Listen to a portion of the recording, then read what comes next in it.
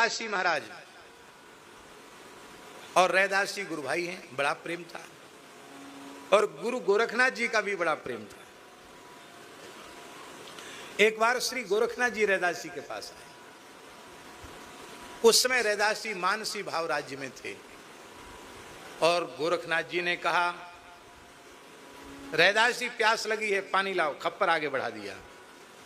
तो आपने कहा, सामान्य जल क्या पियोगे? ले भगवत चरणामृत। और कठोता में जो जल भरा था वो गोरखनाथ जी के खप्पर में डाल दिया, भर दिया खप्पर। और गोरखनाथ जी को यही भाव आ गया, मैं कैसे ये खप्पर का जल पीऊं। तो पिया भी नहीं, फेंका भी नहीं, हाथ में खप्पर लेके कबीरदास जी के यहां पहुंच गए। सत्संग होने लग गया। कबीरदास जी की मानस पुत्री थी कमाली। कमाली आई। कमाली ने कहा गोरखनाथ जी से कि काका जी आज खप्पर में क्या भर के लाए हैं? तो गोरखनाथ जी ने हंसते हुए कहा, बिटिया कमाली क्या बता मैं, तुम्हारा ही एक काका है रैदास, विचित्र प्रकार का महात्मा है। मैंने प्यास लगी थी, जल पीने के लिए मांगा तो अपने कठोते का जल दे दिया चरणामृत कह करके, तो मैंने पिया नहीं। तो बाबा जी मैं ले लूं? हाँ ले लो। कमाली उसको पी गई और उनके खप्पर को धो करके दूसरा जल गंगा जल भर के लाई। उन्होंने जल पी लिया। कालांतर में कमाली का विवाह मुल्तान शहर में हुआ, जो वर्तमान में दुर्भाग्य से पाकिस्तान में है। भगवान नरसिंह की प्राकट्य की भूमि है। तो अपने नाथ मत का प्रचार करते हुए गोरखनाथ जी मुल्तान गए। तो बड़ी प्रसिद्धि थी कि एक ऐसे अवधूत योगी आए हैं जिनका खप्पर बड़े बड़े राजा महाराजा भी नहीं भर सकते। वो कहते थे हम उसी के घर की भिक्षा लेंगे जो हमारा खप्पर भर देगा। और गोरखनाथ जी तो सिद्ध योगी, उनका खप्पर कौन भरे? हजारों टन अन्न चला जाए तो खप्पर न भरे, सिद्ध खप्पर। तो कमाली उस नगर में ब्याही थी। कमाली ने अपने पति से कहा कि वो मेरे काका जी लगते हैं, मेरे पिता धर्म पिता कबीरदास जी के मित्र हैं, इस नाते से मेरे काका जी लगते हैं, उनको घर में न्योते के लिए बुला के लाओ। उसका पति बोला कि हम लोग तो गरीब आदमी हैं, राजा महाराजा खप्पर नहीं भर सकते, तुम कैसे खप्पर भरोगे? बोले इसकी चिंता छोड़ो, उनको घर लाओ। गोरखनाथ जी को घर लाया और आधी भोग लगाकर भगवान को भात, आधी चम्मच भात डाला कमाली ने खप्पर में, और पूरा खप्पर आधी चम्मच से भर गया और इतना अधिक भर गया कि नीचे गिरने लग गया। गोरखनाथ जी की आंख खुली की खुली रह गई। मेरी सिद्धि को व्यर्थ कर देने वाली ये कौन है? अरे ये क्या, मेरे इस खप्पर को कोई नहीं भर सकता, तुमने कैसे भर दिया? ये कमाल कैसे आया तुम्हारे भीतर?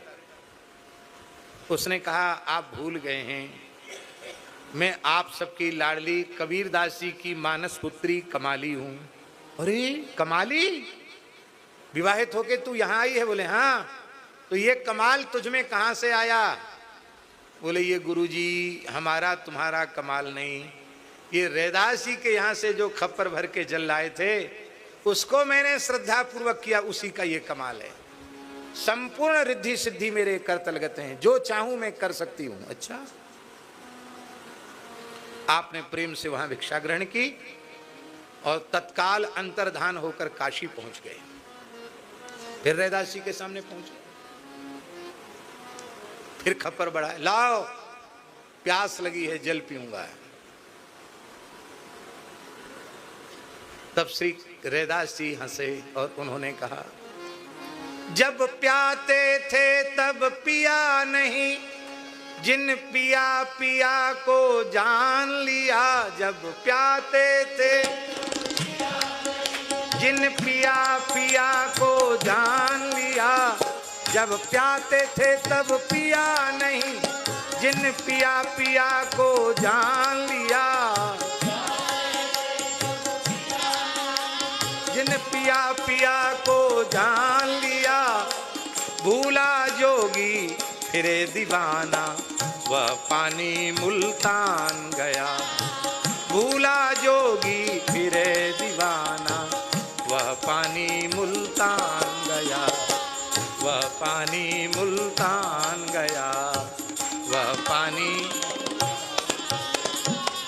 अब वो पानी यहां नहीं, वो तो मुल्तान में चला गया। हाँ हाँ हाँ।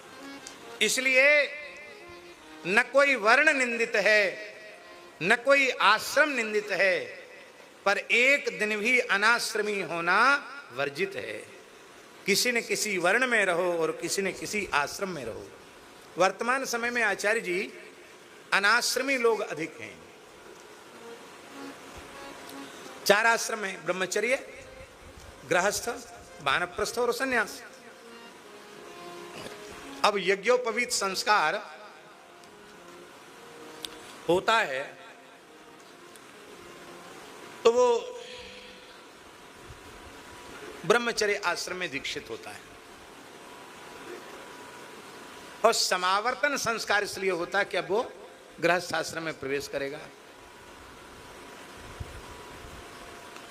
अब समावर्तन उसी दिन हो जाता जिस दिन यज्ञोपवीत हुआ, क्योंकि ब्रह्मचारी के नियमों का वो पालन नहीं कर पाएगा।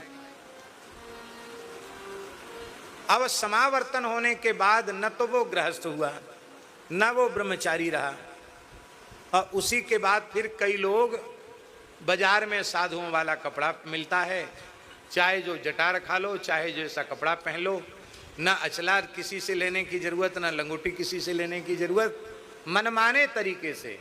इसको कहते अनाश्रमी। जब तक विधिवत वह चतुर्थाश्रम की दीक्षा नहीं लेगा, तब तक उसका गोत्र नहीं बदला, तब तक उसका आश्रम नहीं बदला, वो अनाश्रमी है। तो या तो ब्रह्मचर्य आश्रम में रहो, तो पलाश दंड लेकर मौंजी व्रत धारण करके रहो। अब वो तो आश्रम त्याग दिया जनेऊ के बाद, उसमें तो विसर्जन कर दिया, ब्रह्मचर्य रहा नहीं और गृहस्थ हुए नहीं, तो बीच में लटके हो क्या हुए? अनाश्रमी। भीष्म पितामह भी अनाश्रमी थे। महाभागवतों में एक महाभागवत हैं और परम भागवतों में भी एक परम भागवत हैं, पर वे अनाश्रमी माने गए, क्योंकि ब्रह्मचर्य आश्रम पूर्ण कर लिया था, समावर्तन हो गया था, और विवाह किया नहीं, फिर प्रतिज्ञा कर ली कि आजीवन ब्रह्मचारी रहूंगा। तो फिर संन्यास लिया नहीं, रहे घर में ही, विवाह नहीं किया, पालन ब्रह्मचर्य व्रत का किया, पर दंड धारण पूर्वक जो ब्रह्मचारी जिस चर्या से रहता उस चर्या से वो नहीं रहे। इसलिए धर्मशास्त्र की दृष्टि से उन्हें अनाश्रमी माना गया, और अनाश्रमी की गति नहीं होती है, ये लिखा है। इसलिए ये मर्यादा बनाई गई कि कोई भी जलांजलि देगा वो भीष्म के लिए अंजलि जरूर देगा, क्योंकि वो अनाश्रमी है। तो वैयाग्रपद गोत्राय सांकृत्य प्रवराय च अपुत्राय ददाम्ये तद जलम भीष्माय वर्मणे, इस मंत्र से भीष्म जी को अंजलि दी जाती है। यद्यपि भीष्म जी जीवन मुक्त हैं, भगवत पार्षद हैं, लेकिन धर्मशास्त्र की मर्यादा की बात हम बता रहे हैं कि अनाश्रमी मानकर वो उनके लिए पिंडदान जलदान, नहीं तो सन्यासी के लिए किसी के जलदान पिंडदान की अपेक्षा नहीं है, ब्रह्मचारी के लिए भी नहीं है, क्योंकि ब्रह्मचारी और यति इन दोनों के धर्म लगभग एक जैसे हैं। एक दिन भी अनाश्रमी नहीं रहना चाहिए। पूज्यपाद डोंगरे जी महाराज, उन्होंने विधिवत ब्रह्मचर्य आश्रम का पालन किया था, लंबे समय तक वो ब्रह्मचारी बन के रहे, और विवाह के बाद भी उनके पिताजी ने कहा था कि बेटा 25 वर्ष तक पूर्ण ब्रह्मचर्य का पालन करना। विवाह तो उन जमानों में छोटी आयु में हो जाते थे, पहले ही हो गया था उनका विवाह, लेकिन उन्होंने ब्रह्मचर्य का पालन किया। मन के कुछ प्रतिकूल घटनाएं भी घटी, लेकिन उनका प्रभाव उनके चित्त पर नहीं हुआ, और जब अंतिम में थोड़े अस्वस्थ हुए तो संतराम मंदिर में नडियाद में उन्होंने अपने देह का विसर्जन किया। तो महाराज उन्होंने कहा कि मैं गृहस्थ होकर देह त्याग नहीं करना चाहता, मैं सन्यास लेकर देह त्याग करना चाहता हूँ, मेरी शरीर का अग्नि संस्कार ना हो, मेरे शरीर की जल समाधि हो नर्मदा जी में। और उन्होंने आतुर सन्यास लिया, डोंगरी जी ने सन्यास लेकर के फिर उनके देह का विसर्जन, जल समाधि उनकी कौन सी जगह है वो, नहीं नर्मदा जी का है ना वो, मालसर में उनकी जल समाधि नर्मदा जी के जल में की गई। अनाश्रमी होना वर्जित है। इसलिए मेरी प्रार्थना है, गृहस्थ को भगवान की प्राप्ति नहीं होती ऐसा कहीं नहीं लिखा है, ब्राह्मण को होगी शूद्र को नहीं होगी ऐसा भी कहीं नहीं लिखा है, पुरुष को होगी स्त्री को नहीं होगी ऐसा भी कहीं नहीं लिखा। जो भजन करेगा ईमानदारी से उसे भगवत प्राप्ति हो जाएगी। वो किसी की बापोती तो है नहीं। तो गृहस्थों को गृहस्थ वेश में ही रहना चाहिए, नकली बाबाजियों का वेश बना के गृहस्थों को नहीं घूमना चाहिए, ठीक है। और बाबाजियों को भी अपनी बाबाजी की मर्यादा में ही रहना चाहिए। कटिंग फटिंग कराना ये बाबाजियों का काम नहीं है, चाहे जैसी वेशभूषा बना लेना ये भी साधुओं का काम नहीं। साधु जैसे होते हैं, उनकी जो प्राचीन परंपरा है उसी रहनी से रहना चाहिए। वर्णाश्रम व्यवस्था ये इसमें बात आई है, इसलिए मैंने ये बात कही।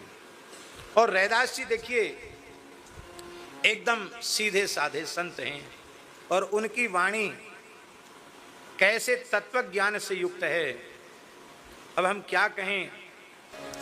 इसलिए चमस जी महाराज कह रहे हैं कि जो ब्राह्मण होकर भजन नहीं करता वो ब्राह्मणत्व से नीचे गिर जाता है, जो क्षत्रिय होकर भजन नहीं करता वो क्षत्रियत्व से नीचे गिर जाता है। आचार्य जी विशेष बात यह है, ब्राह्मण धर्म का पालन करते हुए भी नीचे गिर जाएगा यदि भजन नहीं करता है। क्षत्रिय धर्म का पालन करते हुए भी नीचे गिर जाएगा यदि क्षत्रिय होकर भजन नहीं करता है। वैश्य होकर स्वधर्म का पालन करता है पर भगवान का ईमानदारी से भजन नहीं करता, वो भी अपने धर्म से नीचे गिर जाएगा। शूद्र होकर अपने शूद्रोचित कर्म को करता हुआ भी भगवान का भजन नहीं करता है तो शूद्र भी अपने शूद्रत्व से नीचे गिर जाएगा। मनुष्य होकर भजन नहीं करता तो मनुष्यत्व से भ्रष्ट हो जाएगा। स्त्री होकर भजन नहीं करती तो स्त्रीत्व से नीचे गिर जाएगी। ब्रह्मचारी भजन नहीं करता तो ब्रह्मचर्य से नीचे गिर जाएगा। स्थान भ्रष्टा पतत पतत्यधा, माने ब्रह्मचारी ब्रह्मचर्य आश्रम से भ्रष्ट, गृहस्थ गृहस्थ से भ्रष्ट, वानप्रस्थी वानप्रस्थ के धर्म से भ्रष्ट, और सन्यासी होकर भजन नहीं करता तो अपने सन्यास धर्म से नीचे गिर जाएगा। चारों वर्णों को भगवत भजन करना अनिवार्य है और चारों वर्णों को आश्रमों को भगवत भजन करना अनिवार्य है। अपने अपने वर्ण अपने अपने आश्रम धर्म का पालन करते हुए। अब एक बात बड़ी अद्भुत कह रहे हैं चमस जी, यह बात जिनको भगवान ने सामर्थ्य दी है उन लोगों को विशेष सावधानी से सुनना चाहिए। समाज में हमेशा से दो प्रकार के लोग रहे हैं और रहेंगे। जो लोग साम्यवाद की चर्चा करते हैं वे खुद ही विफल हो गए, और सबसे ज्यादा असाम्यवाद वही है जहां साम्यवाद का डंका पीटा जाता है। सबसे ज्यादा क्रूरता दमन वही है जहां साम्यवाद की दुहाई दी जाती है। प्रत्येक जीवों के जन्मांतरीय कर्म अलग अलग हैं, उनके संस्कार अलग अलग हैं। इसलिए गुण कर्म विभाग शक अर्थ है कि जन्मांतरीय गुण कर्म के विभाग के अनुसार अमुक जीव ब्राह्मण कुल में पैदा हुआ, अमुक जीव क्षत्रिय कुल में, अमुक वैश्य में, अमुक शूद्र कुल में पैदा हुआ। ये जन्मांतरीय कर्मों के अनुसार इसका निश्चय हो जाता है।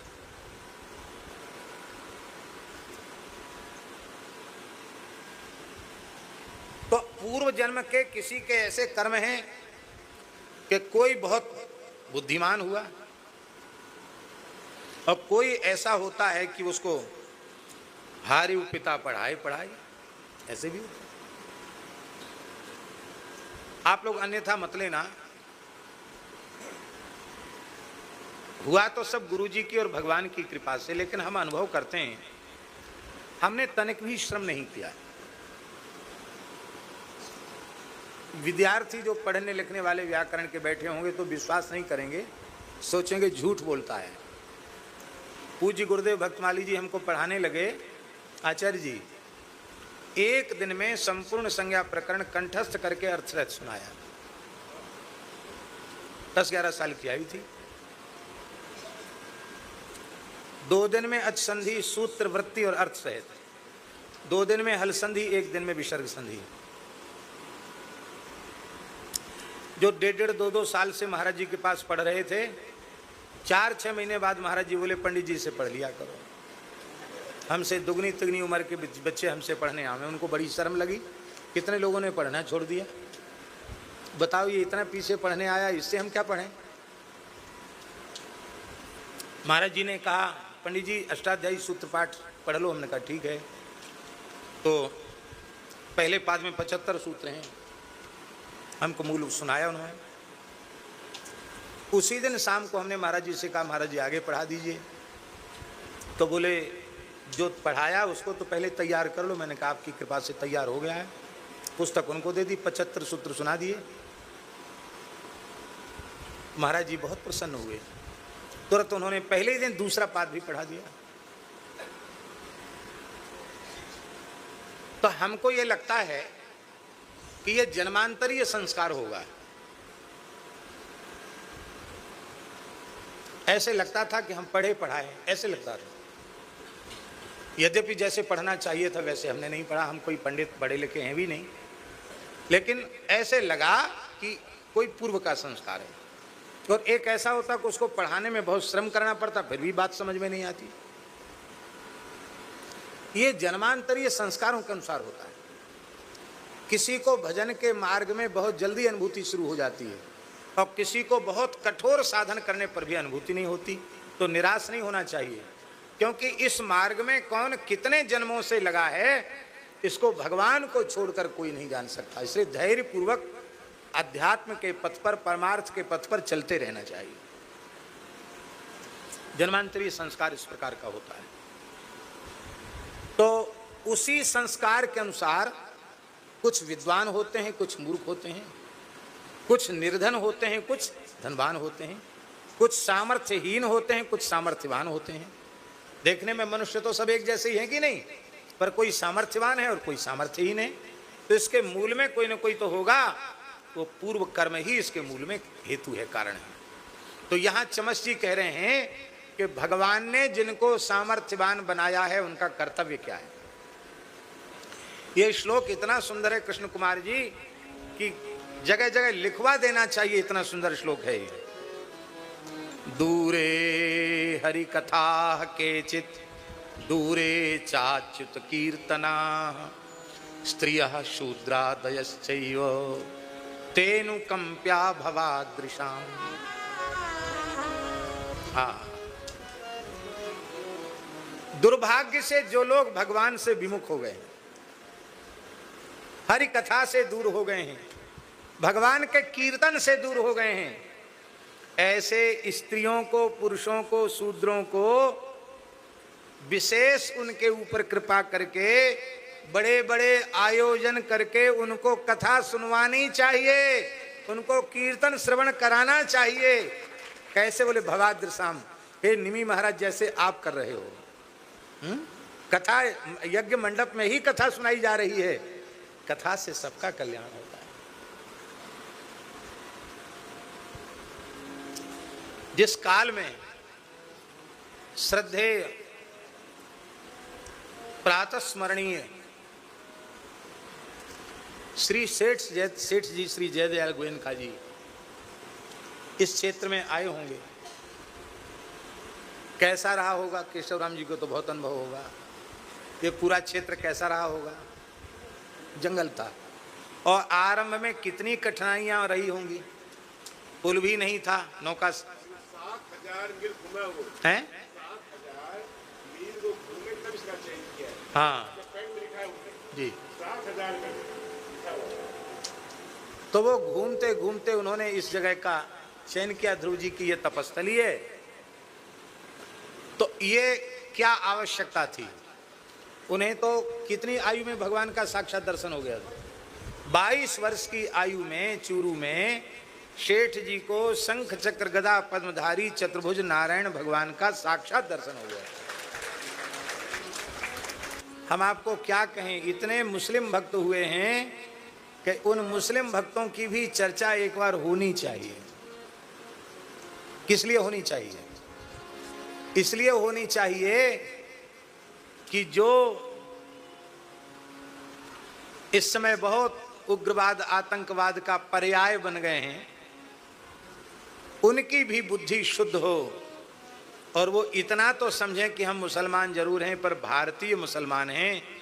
हम रहीम, रसखान और काले खां जैसे भक्तों के वंशज हैं, तो हमें भगवत भक्त होना चाहिए, हिंदुत्व का सनातन का विरोधी नहीं होना चाहिए। ये उनकी समझ में आवे, जो पारस्परिक वैमनस्यता का भाव है वो मिटे। और उत्तम पक्ष तो ये है कि उनकी ये समझ में आ जाए कि हमारे पूर्वज हिंदू थे और उनके भी पूर्वज सब ऋषि महर्षि थे, इसलिए अब बहुत दिन भटक लिए इधर उधर, अब हमें पुनः अपने घर लौट कर आ जाना चाहिए। चलो घर लौट चलें और फिर से सनातनी विचारधारा को अपनाकर पंचगव्य प्राशन करके, मुंडित सिर करा के, शिखा धारण करके, तुलसी धारण करके अपने को हरिभक्त मान करके व्यवहार करना चाहिए। ये हो जाए तो सबसे अच्छी बात है। तो महाराज जी अब जैसे भगवान की इच्छा होगी सो ही होगा। हैं? हाँ जी जी जी जी जी जी, ऐसा चरित्र है। भगवान के लिए थोड़ी है कोई ये हिंदू है ये मुसलमान है, भगवान के लिए तो सब हैं, भगवान के सब हैं, सब भगवान के हैं। तो महाराज जी इस प्रकार से गजेंद्र भक्त की भगवान ने रक्षा की। आगे वर्णन कर रहे हैं, संस्तुन्वतोब्धिपतितान श्रमणान ऋषिश्च शक्रम च वृत्रबद्धतस्तमसि प्रविष्टम देवस्त्रियो सुरगृहे पीता अनाथा जगने सुरेंद्र मभवाय सताम नृसिंहे। देखो अब एक विचित्र चरित्र द्रुमिल जी कह रहे हैं। कहते एक बार बालखिल्य ऋषि तपस्या करते करते दुबले हो गए थे। कितनी संख्या है बालखिल्यों की? 60,000। कितने ऋषि हैं? और सबका नाम बालखिल्य है। उसमें ये नहीं है कि 1 नंबर 2 नंबर 3 नंबर, ऐसा नंबर भी नहीं है। बालखिल्य माने 60,000। कितने बड़े हैं? इतने बड़े, अंगूठे के बराबर हैं वो। कितने बड़े हैं? 1 अंगूठे के बराबर हैं। और पूरे महाराज ऊर्ध्वरेता ब्रह्मचारी हैं, महान योगी, महान तपस्वी हैं। अब आप विचार करो कितने सुंदर लगते हैं। 1 अंगुष्ठ के हैं वो, और उसमें बढ़िया सुंदर ब्रह्मगांथी बांधते हैं, अचला लंगोटी, सुंदर उनके जटा जूट पंचकेश, कमंडल उनके हाथ में, दंड उनके हाथ में, कैसे लगते होंगे। और सूर्य भगवान के आगे आगे चलते हैं। सूर्य भगवान की गति कितनी तीव्र है, उनसे अधिक तीव्र गति उनकी है, और स्तुति करते हुए चलते हैं।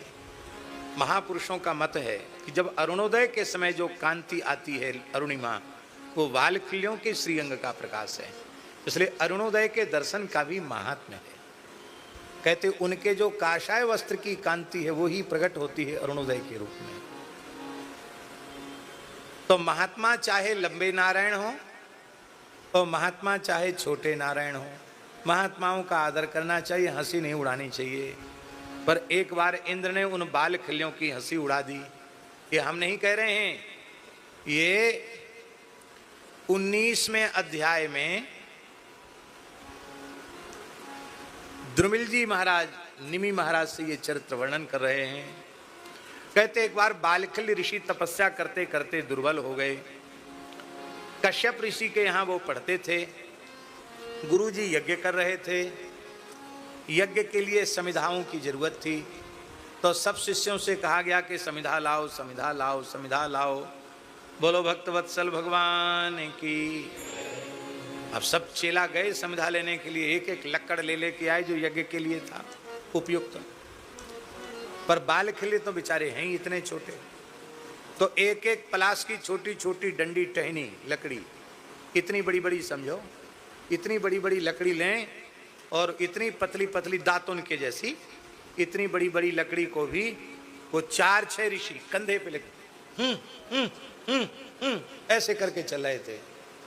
अब हम लोगों के लिए ना वो इतनी बड़ी लकड़ी है, उनके लिए तो बहुत मोटा लक्कड़ हो गया, उसी को बड़े वेगपूर्वक बलपूर्वक उठा के चल रहे थे।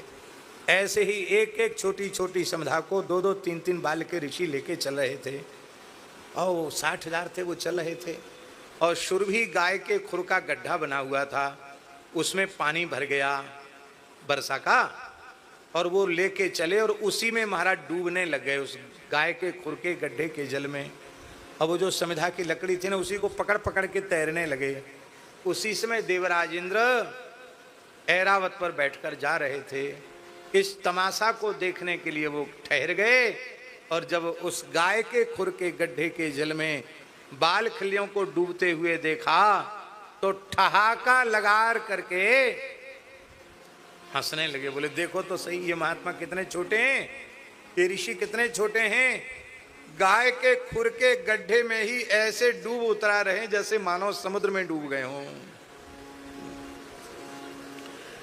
इंद्र को हंसते हुए देख करके बाल खिल्य क्रुद्ध हो गए, और उन्होंने कहा मूर्ख इंद्र, ऋषियों को ब्राह्मणों को देखकर हंसी उड़ाता है। मैं देवराज इंद्र हूं, इस अहंकार में अधिक फूल गया है, तुझे बार बार असुरों से पराजित होना पड़ेगा, नीचा देखना पड़ेगा। इंद्र का अहंकार दूर हो गया, हाथी से उतरे, बोले महाराज क्षमा कर दो। बोले अब तो जो होना था सो हो गया, जाओ भोगो। हंसी उड़ाते हो, साधुओं की हंसी मत उड़ाओ, पता नहीं किसके मुख से क्या निकल जाए और किस स्वरूप में कौन है क्या पता है, कोई आप पहचान सकते हो क्या? हंसी नहीं उड़ानी चाहिए। तब इंद्र ने भगवान से स्तुति की। भगवान ने कहा कोई बात नहीं, अब बार बार तुम असुरों से मार खाओगे, मार खा के चिल्लाओगे बचाओ बचाओ बचाओ, तब हमें अवतार लेना पड़ेगा। तो ये हमारे अवतार की व्यवस्था हो गई है। अब बार बार असुर बढ़ेंगे और फिर वो पुकारेंगे, आप हमको पुकारेंगे, तब हम अवतार लेंगे। भगवान ने कहा कोई बात नहीं, तुम्हारे ऊपर जब जब देवताओं के ऊपर संकट पड़ेगा हम अवतार लेंगे। तो भगवान ने अवतार लिया। इंद्र को ब्रह्म हत्या लग गई वृत्तासुर को मारने के कारण। उस समय इंद्र छिप गए, मान सरोवर में जाकर कमल नाल में छिप गए। भगवान ने उस समय इंद्र की रक्षा की। जब असुरों ने अनाथ देवांगनाओं को बंदी बना लिया, तब भगवान ने असुरों के चंगुल से देवांगनाओं को छुड़ाया। और देवस्त्रियो सुरगृहे पिहिता अनाथा जघने सुरेंद्र मभवाय सताम नृसिंहे। और जब प्रहलाद जी को हिरण्यकशिपु अधिक पीड़ा पहुंचाने लग गया, तब प्रहलाद जी को निर्भय करने के लिए भगवान ने नृसिंह अवतार ग्रहण किया और हिरण्यकशिपु का वध कर दिया। बोलो नृसिंह भगवान की। सीताराम विवाह महोत्सव में महाराज जी थे। संतों ने आकर एक संत की शिकायत की, आप अध्यक्ष हैं इस पूरे बक्सर ट्रस्ट के, महाराज जी अध्यक्ष थे, मामा जी ने उन्हीं को बना रखा, और आप कहिए देखो अमुक संत एक स्त्री को संग लेके घूम रहे हैं, आप कुछ कहिए। हमारे यहाँ विरक्त संत कोई स्त्री को लेकर के घूमे तो उसे मर्यादा के अनुरूप नहीं माना जाता, गलत माना जाता, और जो गलत है वो गलत ही है, उसको वैध नहीं ठहराया जाता। आचार विरुद्ध कार्य कभी नहीं करना चाहिए। महाराज जी से कहा कि कुछ आप कहिए। महाराज जी बोले आश्रय लेने योग्य या तो भगवान हैं या भगवान के भक्त हैं। धन्य है उस देवी को जिसने किसी भक्त का आश्रय लिया, धन्य है उस भक्त को जिसने किसी देवी को आश्रय दिया। हम दोनों को ही प्रणाम करते हैं, कह के अपना काम करने लगे। माने कोई चाह कर उनसे कुछ ऐसी बात नहीं बुलवा सकता था जिसमें निंदा झलकती हो।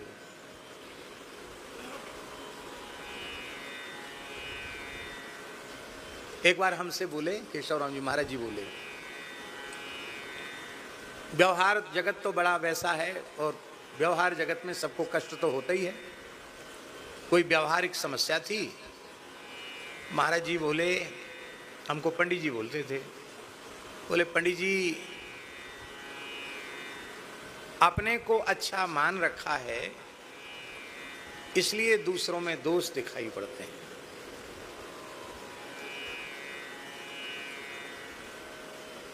हम अच्छे होते तो हमको सब अच्छे ही मिलते हैं, पर आपने अपने को अच्छा मान रखा है तो आपको अच्छे नहीं मिले, इसका मतलब आप खुद अच्छे नहीं। अच्छे होने का भ्रम है, इसलिए यही समझो कि हम अच्छे नहीं इसलिए हमको लोग अच्छे नहीं मिले। तब क्या करें, भगवान की सेवा करनी है, जैसे लोग मिले हैं उन्हीं से काम चलाना है और इसी जन्म में अपना काम बनाना है। इसलिए ज़्यादा दिमाग में परेशानी नहीं रखना, ये अच्छा वो बुरा, कौन अच्छा, अपने कौन बहुत अच्छे हैं, जैसे लोग मिले हुए हैं यही ठीक है। सकारात्मक सोच, नकारात्मक सोच बिल्कुल नहीं है। ये गुणातीत पुरुष का लक्षण है। जो गुणातीत पुरुष होते हैं उनकी वृत्ति असूया रहित हो जाती है और ऐसी वृत्ति के साथ जब गुणातीत पुरुष का निरंतर संयोग होता है तो फिर भगवान अपने आप को उस महापुरुष को दे देते हैं। जब दे देते हैं तो नाम हो जाता है दत्त। क्या हो जाता है? और अत्रि शब्द से अपत्य अर्थ में जब ढक प्रत्यय होता है, कौन सा प्रत्यय? ढक। तो अत्रि शब्द से ढक प्रत्यय होगा और ढक में ककार इत्संज्ञक है तो कितिच से आद्यच की वृद्धि होकर के आ का आ हो जाएगा, आत्रेय, और ढस से एय, ढ को एय हो जाएगा तो आत्रेय बन जाएगा, दत्तात्रेय। व्याकरण की दृष्टि से ये दत्तावतार भी कलावतार है। भगवान ने बहुत उपदेश किया है दत्त स्वरूप से, प्रहलाद जी को उपदेश किया है और मदालसा के सबसे छोटे पुत्र अलर्क जी को तो अपना शिष्य ही बनाया। अलर्क जी को तत्व ज्ञान का उपदेश किया।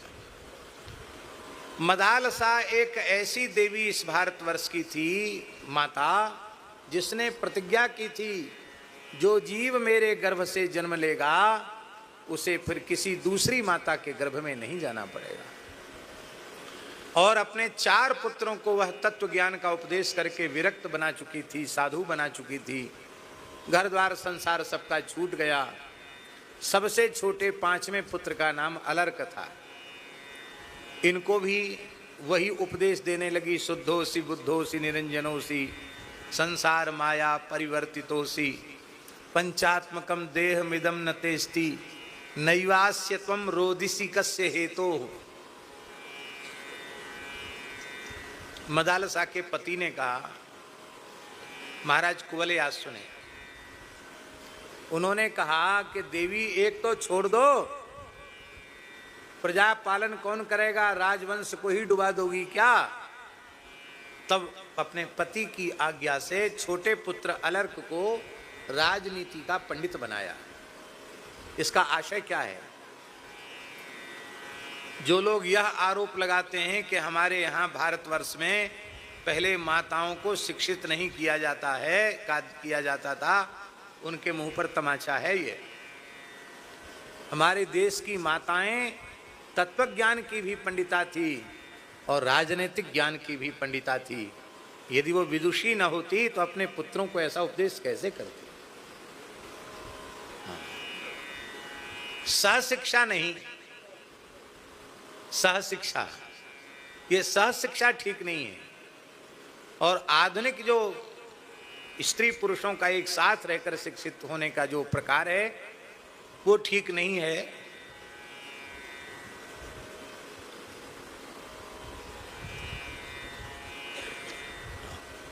आचार्य जी पधारो।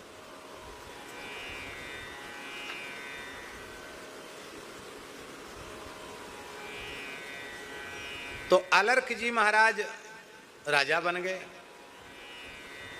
और मदालसा अपने पति के साथ वन में रह करके तप कर रही थी। जब उनके जो पुत्र थे जो गृह त्यागी विरक्त हो गए थे, उनको पता चला कि हमारे माता पिता भी इसी वन में तप कर रहे हैं, तो वे दर्शन करने आए तो माता ने उन्हें एक ही आज्ञा दी, हमारी सेवा की आवश्यकता नहीं है, मेरी प्रतिज्ञा को सच्ची करो, तुम्हारा भाई भोगों में फंस गया है, उसको निकाल के बाहर लाओ, उसको भी त्याग वैराग्य के पथ पर अग्रसर करो, भगवत प्राप्ति के पथ पर अग्रसर करो। चारों भाई महात्मा थे, वो गए समझाने के लिए अलर्क जी को, पर अलर्क जी का मन भोगों से हटा नहीं था। उन्होंने कहा कि मेरी तो स्मृति में भी नहीं है आप लोगों के स्वरूप, आप लोग बचपन में ही साधु हो गए, पर अब हमें पता चला है कि आप हमारे अग्रज हैं, तो आपका आदर है, आपको प्रणाम है, लेकिन आपकी यह बात हम नहीं मान सकते कि घर द्वार छोड़ो चलो जंगल में भजन करो। अरे घर में मैया बाप भजन कर रहे हैं, आप सब बड़े भाई हैं, आप लोग भजन कर रहे हैं, तो सबको भजन करना पड़ेगा, एक के भजन से काम नहीं चलेगा क्या? आजकल लोग यही कहते हैं, अरे घर में सब साधु हो जाएंगे क्या, एक के भजन से काम नहीं चलेगा क्या? भाई देखो, जिस किसी भी जीव को अपना कल्याण करना है उसे किया कराया भजन नहीं मिलेगा, उसे भजन स्वयं ही करना पड़ेगा। बारी मथे घृत होए बरु, सिकता ते बरु तेल, बिनु हरि भजन न भवतरीय, यह सिद्धांत। हाँ, पुण्य तो मिल सकता है, दान पुण्य करने से उसका पुण्य मिलेगा, लौकिक सुख मिलेगा, पारलौकिक सुख भी मिल सकता है, लेकिन जीव का परम कल्याण तो स्वयं भगवान का निष्काम भाव से भजन करने पर ही संभव है। भजन तो खुद करना पड़ेगा। कौन नहीं करता भजन? हम अपनी राह लेंगे और माता जी का वचन पूर्ण हो जाएगा। अकस्मात शत्रु सेना से अलर्क का सारा नगर घिर गया। मंत्रियों ने कहा महाराज आज्ञा दीजिए, हम लोग शत्रु सेना से घिर चुके हैं। तब आपने कहा कि ठीक है, पहले तो कोई शत्रु हमारा था नहीं, अकस्मात शत्रु था, और वो भी मामा जी ही शत्रु बन के आ गए। आश्चर्य की बात है, ऐसा हुआ क्या? कोई कारण शत्रुता का समझ में नहीं आ रहा है, और इतनी बड़ी सेना से हम लोग घिर गए हैं, आपका आदेश ही अंतिम आदेश है। तब अलर्क जी समाधान नहीं कर पा रहे थे। मन में सोचा उन्होंने कि मेरी माताजी जब वन में जा रही थी तो एक तावीज हमारे हाथ पर बांध के गई। बोले जब कोई ऐसी विकट समस्या आवे जिसका समाधान न दिखाई पड़े तो तावीज खोलकर उसमें जो मंत्र लिखा है उसको पढ़ लेना, तुम्हारी विपत्ति का तत्काल समाधान हो जाएगा, तुम्हारी विपत्ति दूर हो जाएगी। तो आज इतनी बड़ी विपत्ति से और क्या बड़ी विपत्ति होगी?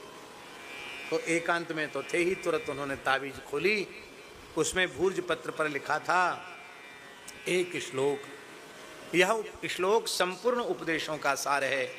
इस श्लोक में लिखा था संगः सर्वात्मना त्याज्यः सचेत त्यक्तुम न शक्यते स सद्भिः सह कर्तव्यः सताम संगो ही भेषजम। आसक्ति का सर्वथा त्याग कर देना चाहिए।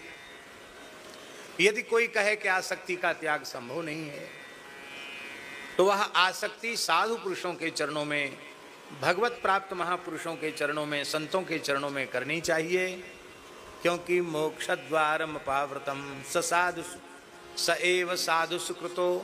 वही आसक्ति जब साधुओं से जुड़ जाती है तो मोक्षद्वारम पावृतम, मोक्ष का द्वार अपावृत हो जाता है, माने खुल जाता है।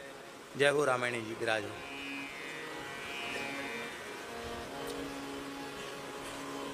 मोक्षद्वारम पावृतम, मोक्ष का द्वार संपूर्ण खुल जाता है। ये बड़े विद्वान हैं रामचरितमानस के।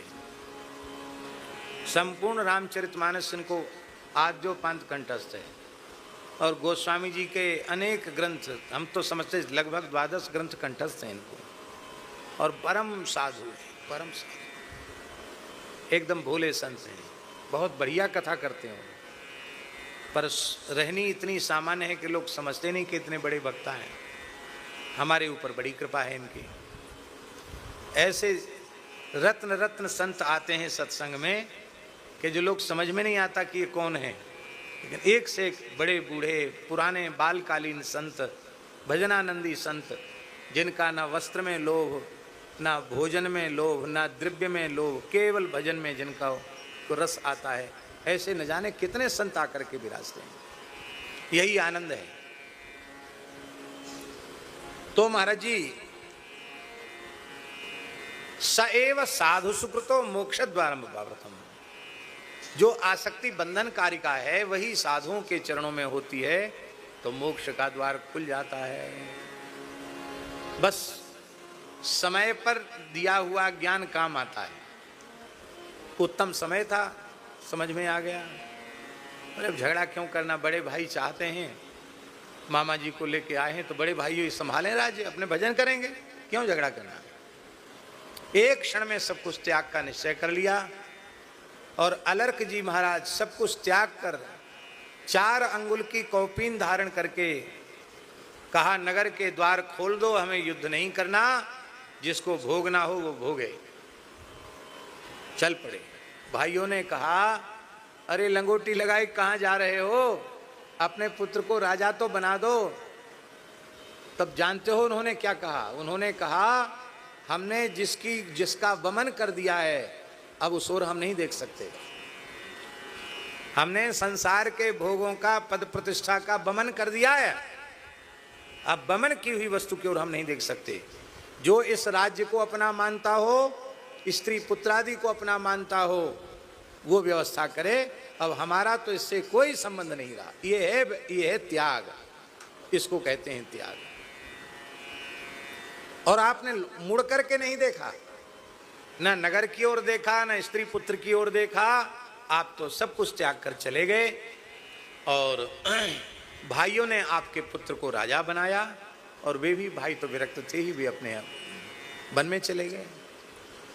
इस प्रकार से जब अलर्क जी ने सब कुछ त्याग दिया, तब उनके मन में व्याकुलता हो गई कि संसार तो छूट गया, लेकिन अब तत्व का ज्ञाता, तत्वज्ञ, पथ प्रदर्शक कोई गुरु मिलना चाहिए। तो जंगल में जाकर के ही ध्यान करने लगे कि हे प्रभु, उस आत्म तत्व का प्रकाशक कोई गुरु आप ही कृपा करके भेजिए। और अभी बैठे ही थे कि दत्तात्रेय भगवान प्रकट हो गए। बोलो दत्तात्रेय भगवान की। इससे ये बात सिद्ध होती है कि अलर्क जी के जैसी निष्ठा हो तो भगवान गुरु बन के आने के लिए तैयार हैं। तुम परेशान हो रहे हो कि गुरु कहाँ खोजें, गुरु कहाँ खोजें। कहाँ खोजने गए थे गुरु अलर्क जी महाराज? दत्त भगवान स्वयं गुरु बन करके आ गए और अलर्क को उन्होंने तत्वज्ञान का उपदेश किया। यदु जी को भी उन्होंने तत्वज्ञान का उपदेश किया, जो एकादश स्कंध में जो 24 गुरुओं का उपाख्यान है, उसमें यदु जी को तत्व का उपदेश दत्तात्रेय भगवान ने किया। प्रहलाद आदिभ्य ऊचिवान, प्रहलाद जी को भी तत्व ज्ञान का उपदेश श्री दत्त भगवान ने किया। और है वंशी राजा सहस्रबाहु अर्जुन पर भी दत्तात्रेय भगवान ने कृपा की।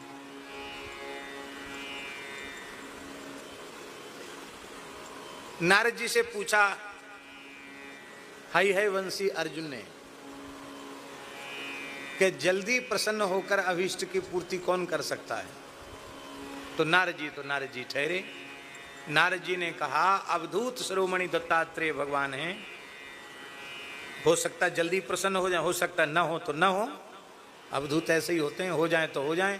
कहो बिना किसी प्रयोजन के भी प्रसन्न हो जाए, और कहो चाहे जितनी ना रगड़ो न प्रसन्न हो। लेकिन हाँ, तुम प्रसन्न कर सको तो दत्तात्रेय जी यदि प्रसन्न हो जाएं तो तुम जो चाहोगे सो तुम्हें मिल जाएगा। अब तो ये दत्तात्रेय भगवान के पीछे लग गया। है अर्जुन। अब वो तो अवधूत ऐसी विचरण कर रहे हैं, जहां बैठने लग जाए वहां तुरंत झाड़ू लगा दे, पत्तों का आसन बिछा दे, फल ले आवे, जल ले आवे, और दत्त भगवान उसकी किसी सेवा को स्वीकार न करें।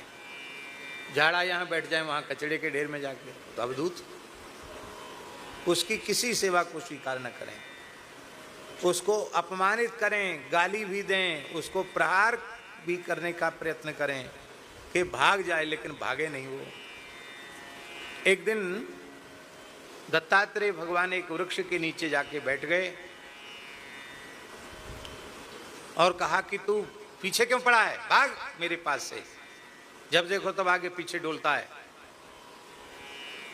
तो हाथ जोड़कर अर्जुन ने कहा कि प्रभु मेरा प्रयोजन तो केवल आपके चरण कमलों की सेवा है। अच्छा, बड़ा सेवक बनता है, तेरे दोनों हाथ व्यर्थ हो जाएं।